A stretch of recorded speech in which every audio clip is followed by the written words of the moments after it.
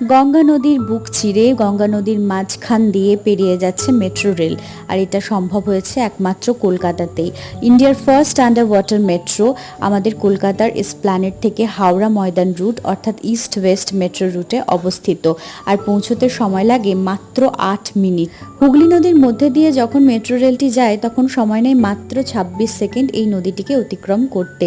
যখনই হুগলি নদীতে প্রবেশ করে জ্বলে ওঠে নীলচে আভার লাইট টানেলের চারধারে। এসপ্ল্যানেড মেট্রো স্টেশন থেকে গ্রিন লাইনের দিকে গেলেই পেয়ে যাবে এই মেট্রো রেলের হদিশ।